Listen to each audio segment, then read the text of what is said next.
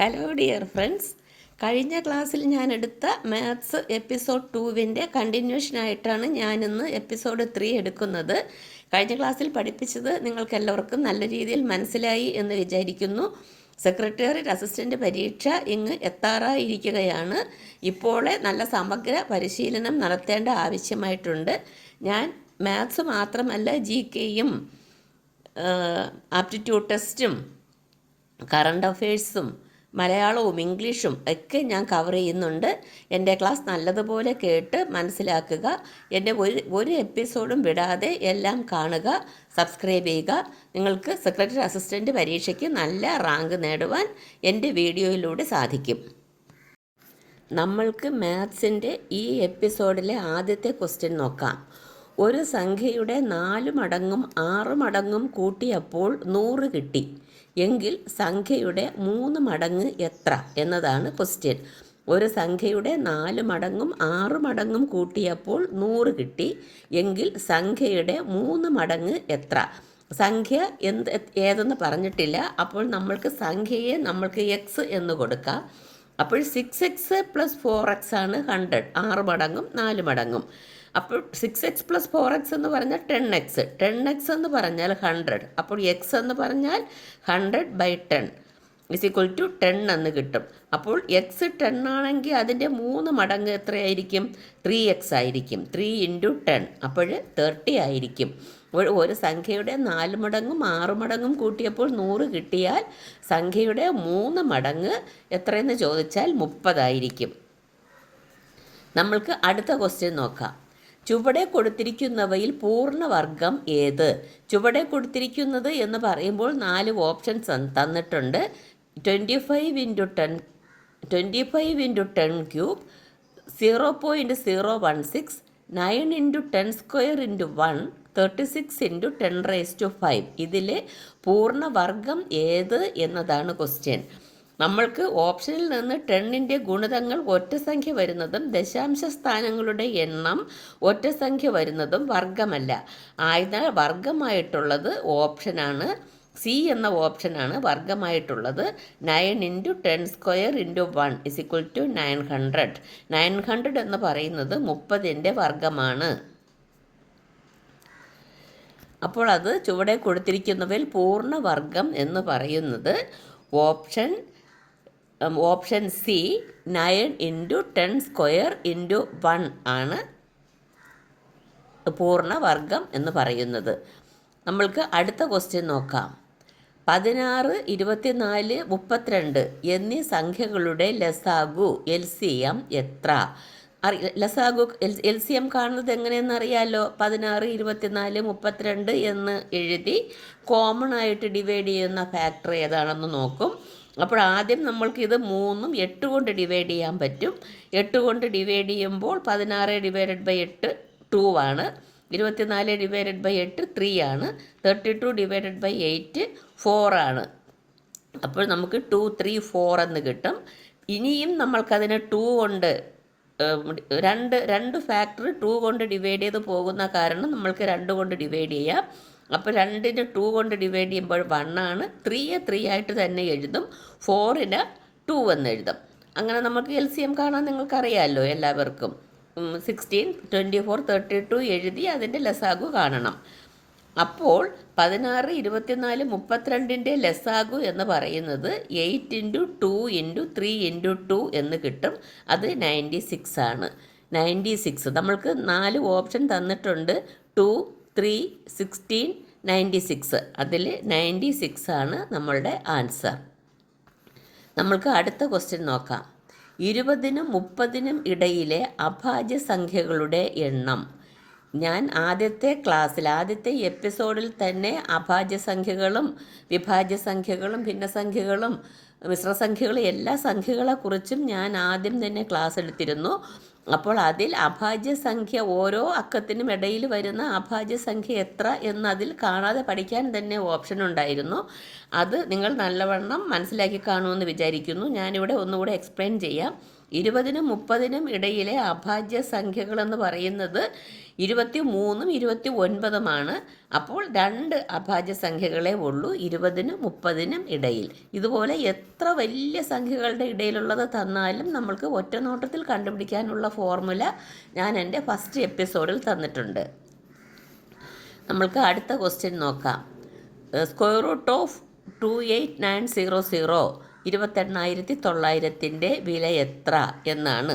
അപ്പോൾ നമ്മൾ square root നമ്മൾ ചെയ്ത് തന്നെ കണ്ടുപിടിക്കണം. സ്ക്വയർ റൂട്ട് ഓഫ് 28,900 എന്ന് പറയുന്നത് നമ്മൾക്ക് സ്പ്ലിറ്റ് ചെയ്ത് ഇങ്ങനെ എഴുതാം. സ്ക്വയർ റൂട്ട് ഓഫ് 289 ഇൻറ്റു 100 എന്നെഴുതാം.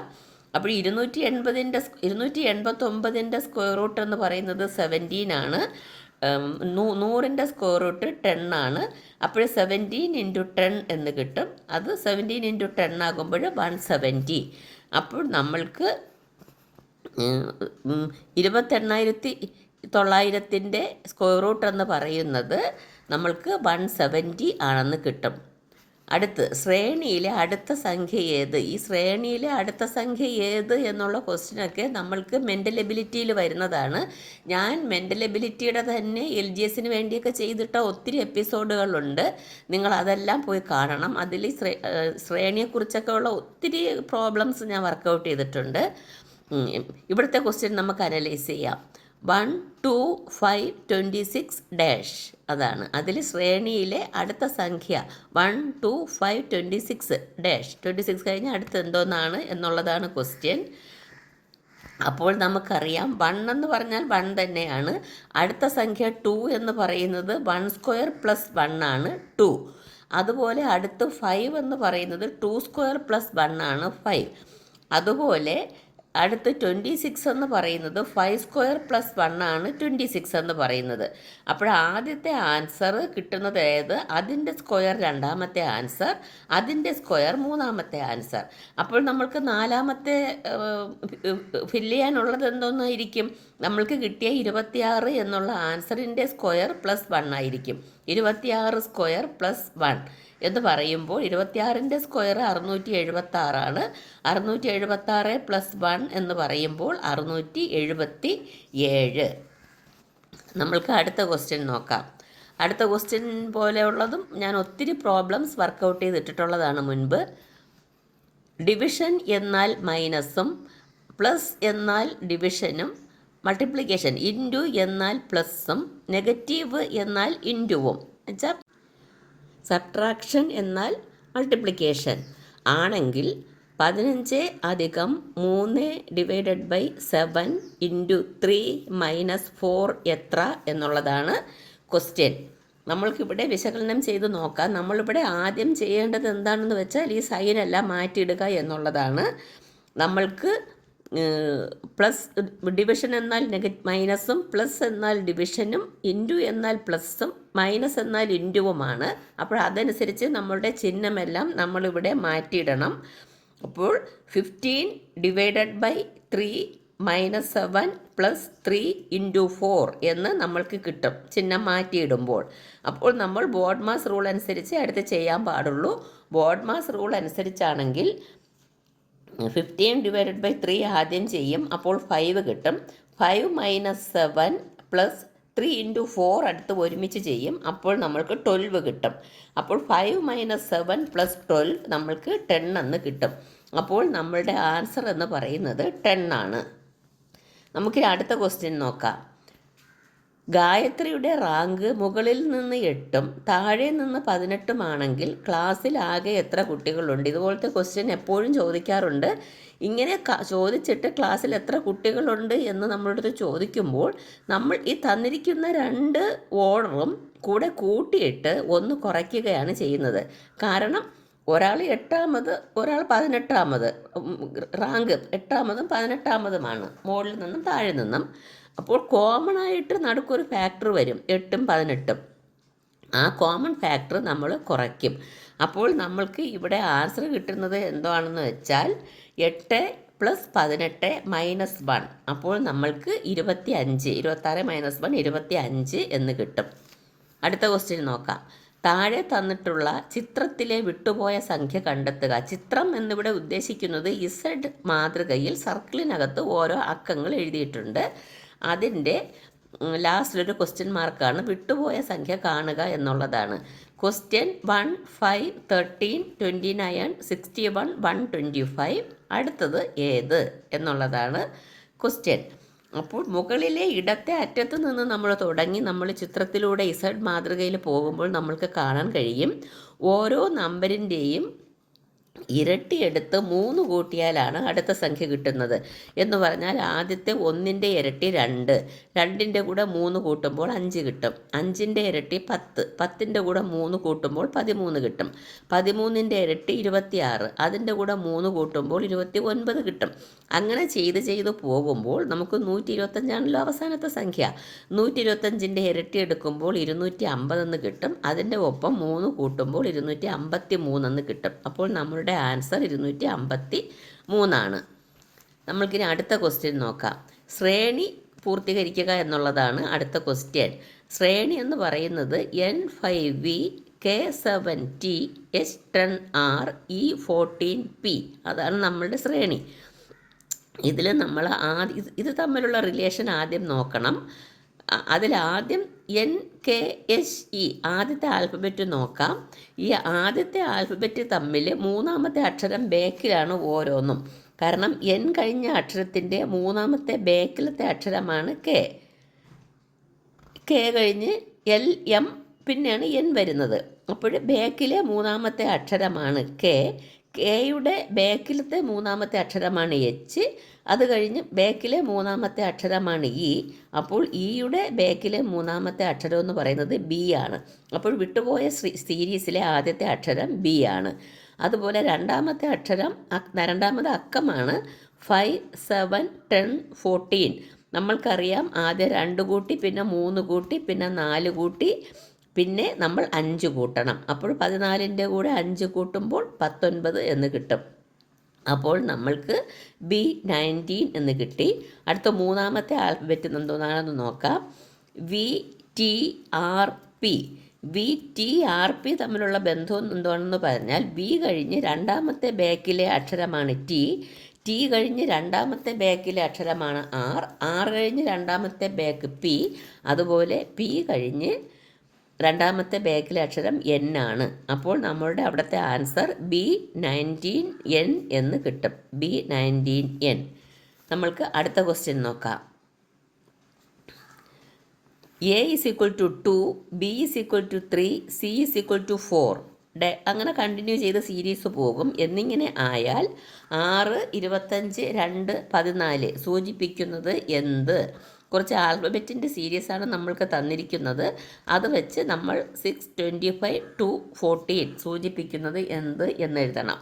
നമ്മൾക്കറിയാം A എന്ന അക്ഷരത്തിന് നമ്മൾ കൊടുത്തിരിക്കുന്ന വില 2 ആണ്. അപ്പോൾ ഓരോ ആൽഫബറ്റിനും യഥാർത്ഥ വിലയേക്കാൾ 1 കൂടുതലാണ് കൊടുത്തിരിക്കുന്നത്. ബിക്ക് നമ്മൾ 2 കൊടുക്കുന്നതിന് പകരം 3 കൊടുത്തു. സിക്ക് 3ന് പകരം 4 കൊടുത്തു. അപ്പോൾ നമ്മൾ എന്ത് ചെയ്യണം?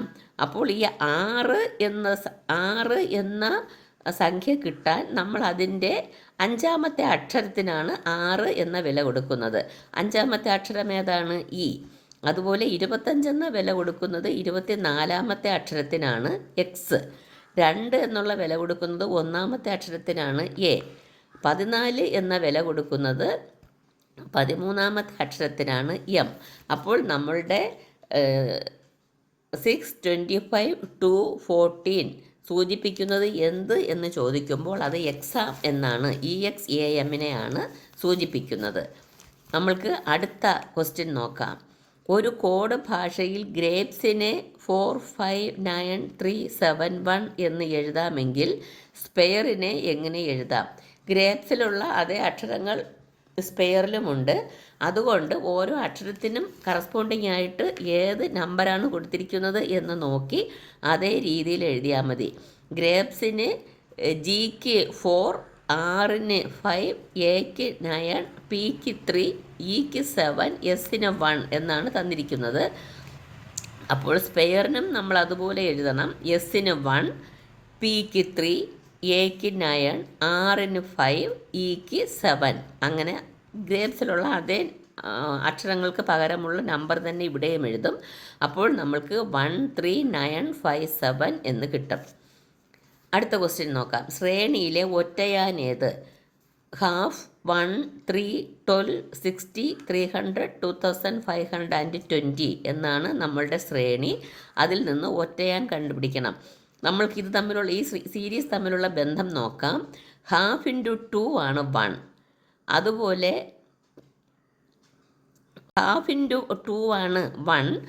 1 ഇൻറ്റു 3 ആണ് 3. 3 ഇൻറ്റു 4 ആണ് 12.